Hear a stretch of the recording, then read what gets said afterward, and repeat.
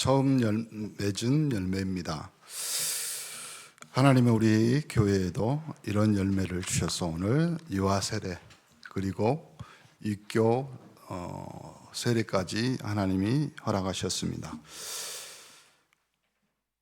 간단히 오늘 그 경제 메시지는 창세기 26장에 누가 나오냐면요, 이삭이 나옵니다.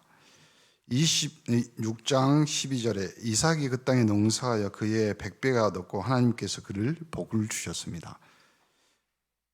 여러분, 농사 짓는다는 말은 다른 말로 하면 땀을 흘린다는 말이고, 땀을 흘린다는 말은 여러분이 지금 산업에 힘쓰고 애쓰고 노력하고 생각하고 고민한다는 거죠.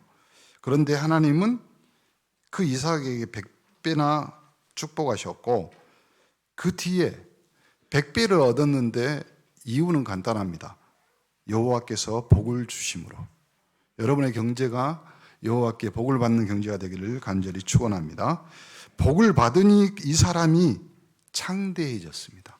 그리고 왕성해졌고, 여러분이 제일 좋아하는 말, 마침내 거부가 되었습니다. 어느 정도가 거부일까요? 저는 237 5천 종족을 충분히 살릴 만한 여러분의 산업과 경제의 거부가 되기를 간절히 축원합니다. 양과 소, 떼를 이루고 종이 힘이 많고, 아이 블레셋 사람, 그 옆에 있는 사람들이 다른 나라 이방족이 그를 시기할 정도로. 그래서요, 산업은 여러분이 잘할수록 시기받습니다. 그래서 다른 사람이 여러분에게 시기하면 여러분 잘하고 있다고 생각하시면 됩니다. 시기하고, 그리고 어느 정도냐면 우물을 막아버리고 흙으로 메웠습니다. 그런데 그 이웃나라의 아비멜렉이라는 그 사람이 이삭에게 말합니다. 우리보다 크게 강성한 즉, 강하다 이 말이에요. 성장했다 이 말이에요. 우리를 떠나라. 시기하지만 이제는 못 쫓아오는 거예요. 그래서 제발 우리에게서 떠나가라. 여러분의 인생과 삶이 또 하나님이 주신 경제를 통하여서 주변 모든 사람들에게 이런 정도의 축복을 받으시기를 바랍니다. 이삭의 종들이 골짜기를 파서 샘의 근원을 얻습니다. 이제는 하나님이 복을 주시니까 샘 근원이란 말은 뭐 해도 되는 거예요. 농사잖아요. 농사에 제일 필요한 것은요, 다른 것이 필요한 것이 아니라 물이 필요한 겁니다. 근데 그 근원, 다른 말로 하면 여러분의 산업이 이제는 어떤 것을 손대도 되는, 상대해지고 왕성해지고 거부가 되는. 그래서요, 요걸 또 시기해서 그 다음 그랄 이 목자들이 이삭의 목자들과 싸우는데, 이 우물의 이름을 에색이란 말은 다툼이라고. 다툼. 여러분, 산업은 경쟁입니다. 다툼입니다. 거기서 어떻게 해야 될까요? 이겨내야죠. 그래서 목사님이 우리 중직자들에게 3가지 부탁했잖아요. 중직자들은 여러분의 산업 사기치지 말고, 거짓말하지 말고, 도둑질하지 마라. 그거 빼고 어떻게 다툼을 해요? 하나님이 싸우실 것이다. 또 다른 우물을 팝니다. 신나. 이 신나가 뭐예요? 대적함. 이제는 적대 관계가 된 거예요. 그런데 하나님이 거기를 옮겨서 다른 우물을 팠는데 이제는 다투지 않았습니다. 어느 정도냐? 르호봇입니다. 르호봇, 다른 말로 할까요? 다른 사람하고 다투고 대적할 만큼 정도가 아니라 넓어져 버린 거예요. 얼마나 넓어졌어요? 성경에 이렇게 말합니다. 이제는 여호와께서 우리를 위하여 넓게 하셨다. 우리를 위하여. 하나님이 여러분을 위하는 산업, 르호봇의 경제가 되기를 간절히 축원합니다. 이 땅에서 우리가 번성하리로다. 결론, 이삭은 그곳에 제단을 쌓고 여호와의 이름을 부르며 거기 장막을 쳤으니 이삭의 종들이 거기서 우물을 받더라. 다른 걸 계속 하나님이 계속 여러분의 산업이 늘 To be continue. 계속. 그런 경제의 축복 산업들이 오늘 바로 지금 시작되는 인생들 되기를 간절히 축원합니다. 그렇다면 우리 후대들 렘넌트 때는 억지라도 여러분이 훈련을 좀 받아야 돼요. 그렇죠? 렘넌트가 메시지 듣다가요, 자빠져 있다가 고개를 들 때가 언제인 줄 아세요? 아무도 모릅니다. 그걸 다락방 찬양에서는 어느 날 나는 알았네, 이렇게 되는 거예요. 어느 날. 아니, 전교 꼴등하는 애가요, 대학을 들어가고 공부를 하는 그 계기가 어디냐면 자빠져 있다가 고개를 들 때입니다. 그때가 언제일까요? 하나님이 힘을 주셔야 돼요. 그러므로 여러분, 우리 렘넌트들은 억지로라도 훈련 받아야 되고, 여러분이 사실 진짜 조금만 연습하는 것이 평생의 축복으로 바뀔 수 있습니다. 그래서 우리 렘넌트 때 지금 결정하는 것이 평생을 잡아. 우리 예전에 금성 TV 있잖아요. 순간의 선택이. 그런 것도 있었어요. 3살 버릇 여든 간다 뭐 있잖아요. 근데 여러분이 지금 렘넌트 때 조금만 훈련을 받으면, 다음 주에 우리 렘넌트 종강한다가 돼요, 신학원. 이제 12월 달은 이제 행사가 많으니까 1월 달에 조금 우리가 렘넌트들 집중적으로 훈련도 받고 집중 훈련을 좀 했으면 좋을 것 같아요. 오늘 로마서 16장에 있는 사람들이 대표적인 축복받은 인물인데, 이 사람들은 처음부터 끝까지 변함없이 축복을 받았어요. 그렇죠? 이 사람들은 나이가 들어서 더 큰 축복을 받고 죽고 난 뒤에 더 큰 열매들을 맺습니다. 지금도 우리가 성경을 읽잖아요. 인생을 살아가는데 나이가 들수록 역전 앞으로 간 사람이 있고, 나이가 들수록 피라미드를 거꾸로 세우는 것처럼 일이 많아지는 사람이 있습니다. 우리 온네스의 성도들이 지금 로마서 16장에 한 24명 정도 나오거든요. 24명 같은 응답과 축복을 누리시기를 간절히 축원합니다. 그 중에 6명은 여자였습니다. 그때 당시에 여자들은 굉장히 무시했는데 바울은 벌써 6명 여자를 중직자로 세웠습니다. 목사님 기도 제목입니다. 여자 장로님들 하셔야 돼요. 진짜 장로는 여자 장로님들이 잘하시는 것 같아요. 남자 장로님들은 그 현장에서 밖에서 뛰고, 여자 장로님들 안에서, 그래서 안과 밖이 딱 균형을, 그래야 든든해지는 거죠. 또한 그 중에 13명은 왕실과 관계 있는 사람입니다. 물론 그 중에 노예도 있었습니다. 그러니 이 절반 이상이 왕실과 관계 있는 사람이었고, 빌립보 4장 22절에 보니까 모든 성도들이 너희에게 문안하라, 특히 가이사의 집 사람 중에 몇이니라. 가이사가 뭐예요? 그때 당시 여기를 다스리는 거였어요. 그러니까 바울도 가이사 앞에 가야 된다고 말했잖아요. 이 정도로. 그렇다면 이때 당시에는 잘못하면 죽음이라는 큰 위기를 당하잖아요.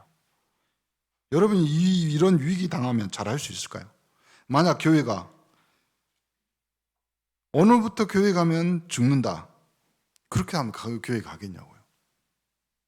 그런데 이 당시에 이 큰 위기에도 불구하고 처음부터 끝까지 믿었습니다.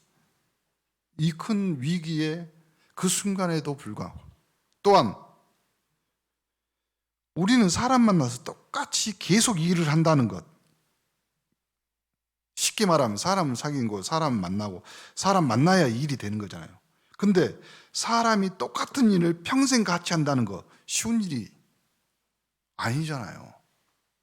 평생 살아가는 부부도 서로 사랑했는데 어렵잖아요. 인간관계란. 그리고 우리는 살아가면서 많은 영적 상태가 바뀝니다. 근데 처음부터 끝까지 했다는 것은 굉장히 큰 축복이잖아요. 그러므로 다시 목사님이 여러분에게 부탁합니다. 산업인은 영적 상태, 그럼 영적 상태가 이렇게 올라가고 어쩔 때 이렇게 내려가고 그거 없어요. 우리는 여러분이 예수 믿는, 여러분이 예수가 그리스도이고 선지자 제사장 왕으로 여러분의 인생 모든 문제 정리돼, 그것이 끝이에요. 뭐 그것이 올라갔다 내려갔다 해요. 다시 말하는데 올라갔다 내려갔다 하는 것은 여러분의 감정이라니까요. 여러분의 기분이라니까요. 예수는 그리스도입니다. 어제나 오늘이나 영원토록 동일하십니다. 하나님은 천지를 창조하셨습니다. 그 하나님이 여러분을 하나님 형상으로, 여러분의 감정, 기분, 여러분의 영적 상태가 뭘로 바뀌어요? 사단이 장난하는 거 그거 갖고. 이렇게 복잡한 것을 바로 정리해버리고 이 영적 상태 처음부터 끝까지, 여러분이 믿는 예수는 변함없으십니다. 그러므로 여러분이 처음부터 끝까지 그대로 가시면 돼요. 첫 번째, 그러면 지금부터 이대로 하면 되는데 여기에 첫 열매라고 했잖아요. 이 말이 굉장히 중요합니다. 나와 여러분이 이런 응답을 받아야 되는데 어떤 응답이냐면 내가 시조의 축복을 누려야 된다. 시조가 뭐예요? 처음 시작하는 조상이라 이 말이에요. 그러니까 내가 지금 우리 가문을 살리는 시조, 시작의 응답. 2022년 우리가 축복의 원년으로, 여러분이 원네스에 어찌 보면요 축복의 시조들입니다. 축복의 시작들입니다. 여러분 어쩔 때는 목사님 메시지가 이해가 안 되고 뭔가 좀 뜬구름, 뭔가 이상한, 맞습니다. 그래야 돼요. 그러나 정확한 것은 여러분의 축복의 시작이 지금부터라요. 시작되는 거예요. 시조란 말은, 첫 열매라는 것은 하나님이 주신 거잖아요. 그래서 그 열매를 하나님 앞에 드리는 거예요. 여러분이 여러분 자신 한 명만 하나님 앞에 제대로 첫 열매로 드리면, 그렇죠? 아벨처럼 그 제사는 하나님이 받습니다. 그러므로 계속해서 하나님은 여러분의 인생을 르호보처럼 넓혀 가시는 거예요. 오늘 아브라함은 믿음의 조상이란 말이 있습니다.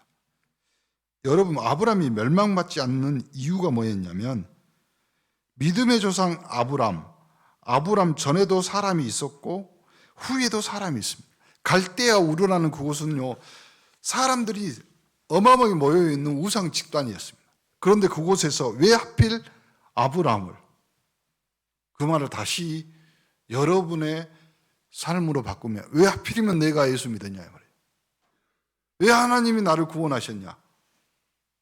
그걸 은혜라고 말하는 겁니다. 그 언약을 여러분이 붙잡는 평생의 사람들이 되기를 간절히 축원합니다. 어떤 사람은 우상 숭배만 늘 하다가 어느 날 내가 전도자를 통해서 복음 들었어.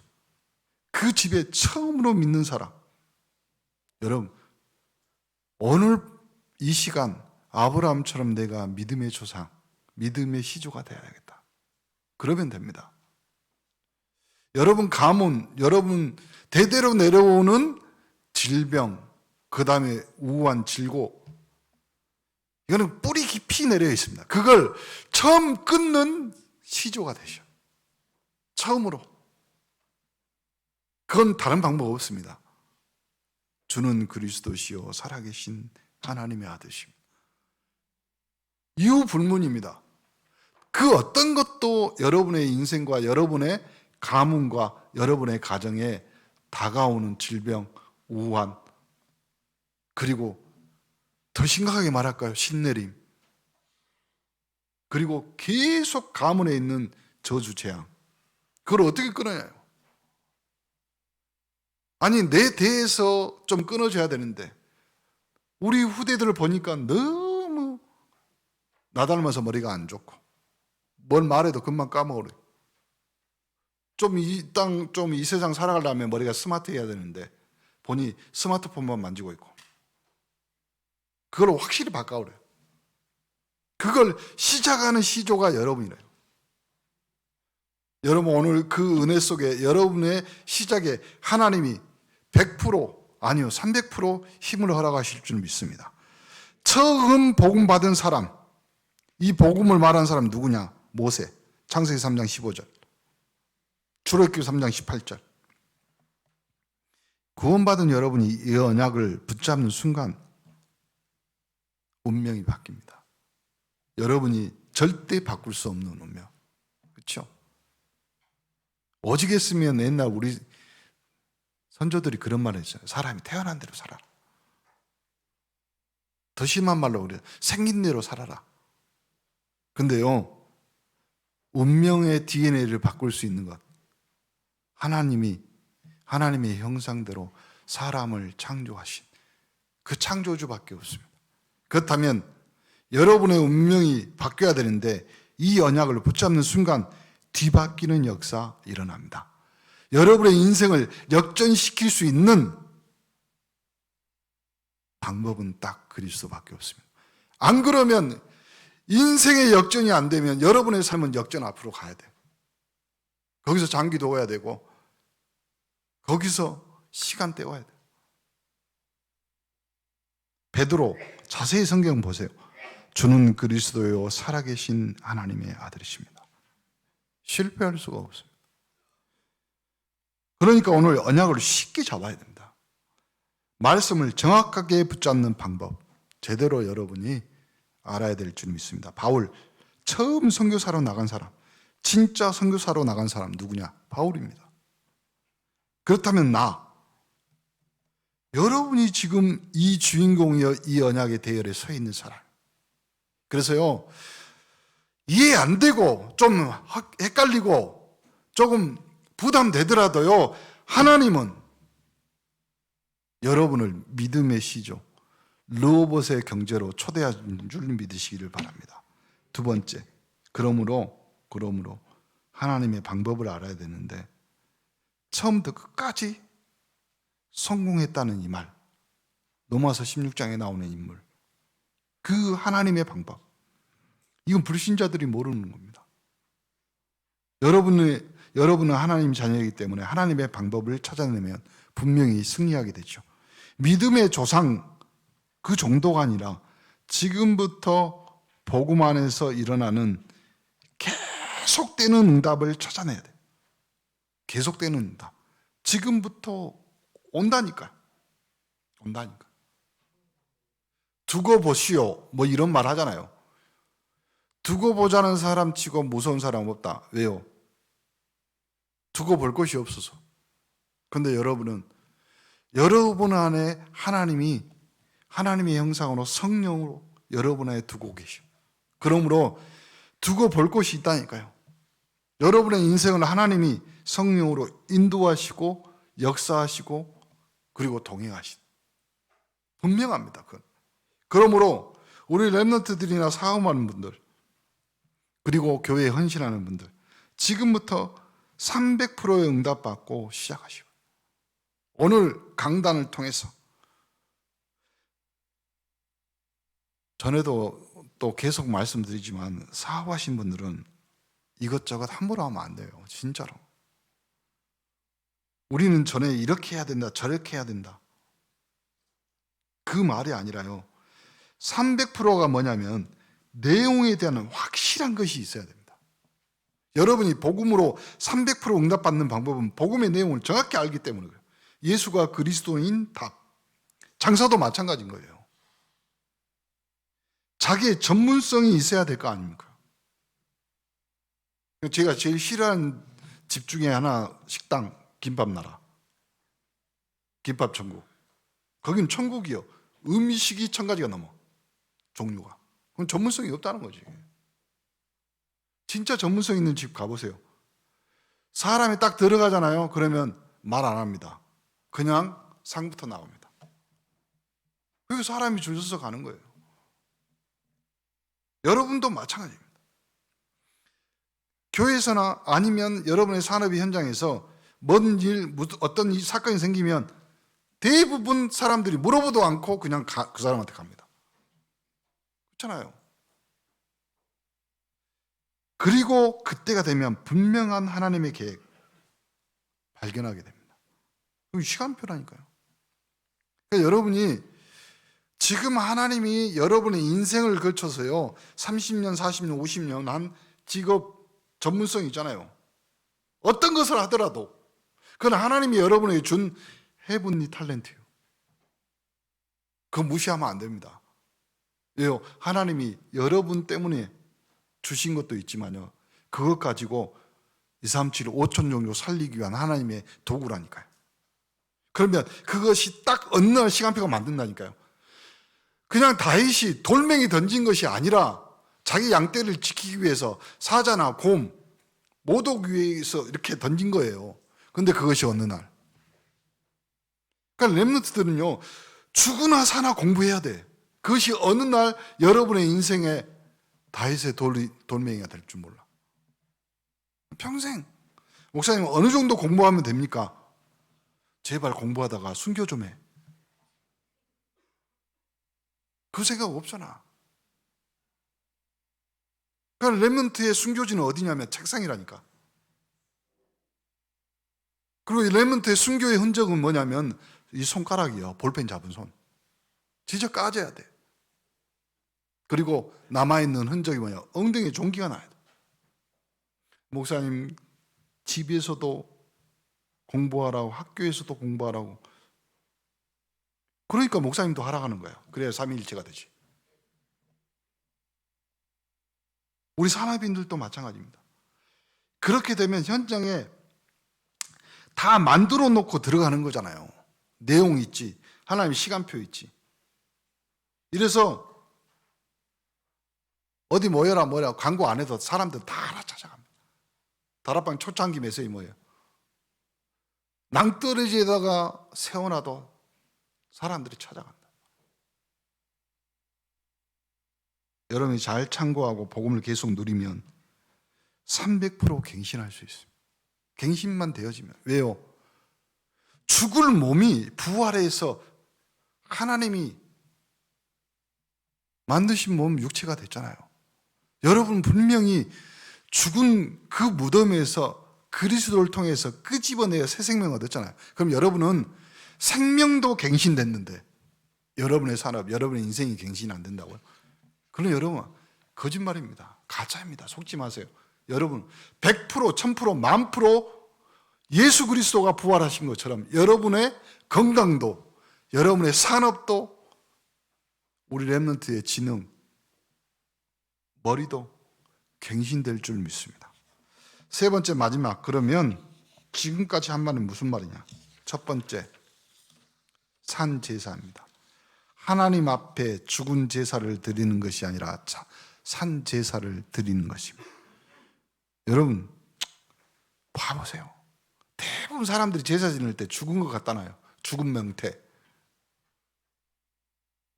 그런데 여러분은 산 제사로 하나님 앞에 예배를 드린 겁니다. 대부분 사람들이요 돼지 머리 죽은 것 갖다 놨습니다. 그러나 우리는 산 제사로 하나님 앞에 지금 이 순간 예배를 드리는 것입니다. 사람들은 어리석잖아요. 돼지 머리 갖다 놓고 돈 꼽아 놓으면. 사람 봐보세요. 돼지 머리 특징이 뭐예요? 다 보면 웃고 있어. 나 그거 좀 연구해 보고 싶어. 어찌 돼지 머리는 다 웃고 있을까? 막 간지럼 태우다가 갑자기 죽일까? 별 생각 다 해봤어요. 근데 요거 다 해놓고 또 제사 지내놓고 다 뜯어먹잖아요. 이거 다 쓸데없는 겁니다. 여러분의 제사는 그런 제사가 아니라 하나님 앞에 헌신하는 산 제사라. 우리는 죽은 헌신이 아니라 산 헌신을 하는 겁니다. 여러분이 내일부터 이렇게 하면 응답이 오는, 하나님이 오늘 주신 최고의 축복, 오늘 붙잡기만 하면 되는 거예요. 지난주에도 말씀드렸잖아요. 오늘 에베네도 같은 사람 순교했는데 죽은 순교가 아니라 산 순교. 그러니까 역사의 응답의 역사가 계속 일어나. 왜 대기업들이 생활용품 짜잘한 거예요. 치약, 칫솔. 그 다음에 뭐 대기업들이 이런 거 하는 줄 아세요? 계속 돌아가니까 그래요. 싼 거지만 우리의 신앙과 믿음을 끌고 들어옵시다. 여러분이 정시예배 작은 거지만 계속 돌려보세요. 계속 나오는 것이 응답이에요. 여러분의 예배가요, 작은 것 같지만 계속, 그래서 언약 안에서 복음으로 오늘을 누리는 거예요. 내가 드린 이 예배. 결론, 핍박 두려워할 필요 없습니다. 굉장히 어려움이 있었지만 에베네도 같은 사람은 전혀 두려워하지 않았습니다. 결론을 알고 있었기 때문이죠. 성경이 이미 약속했잖아요. 이스라엘 말로가 떨게 되고 또 그대로 말씀이 성취된다는 걸 알잖아요. 그리고 로마가 아무리 핍박해도 로마가 어떻게 될지 알고 있었잖아요. 전도자 여러분입니다. 지금 하나님의 자녀로 전도자로 부름받은 여러분 때문에 절대로 두려워할 필요 없습니다. 여러분의 인생은 정리됐습니다. 아무리 여러분이 어려운 사망의 음침한 골짜기를 다닐지라도 주의 손과 주의 막대기가 여러분의 인생과 삶을 안위하고 보호하고, 그리고 여러분의 삶을 푸른 초장 맑은 시냇물로 인도하는 언약을 오늘부터 누리기를 간절히 축원합니다. 하나님께 감사드립니다. 내일부터 새로운 순교 헌신 그리고 언약의 성취가 시작되게 하옵소서. 중요한 헌신 언약이 시작되는 오늘, 나에게 주신 하나님의 말씀과 전도와 기도를 붙잡는 귀한 순교와 헌신이 시작되게 하옵소서. 그래서 받은 참 응답받는, 또 응답받을 수밖에 없는 은혜를 다하여 주옵소서. 예수 그리스도의 이름으로 기도합니다. 아멘.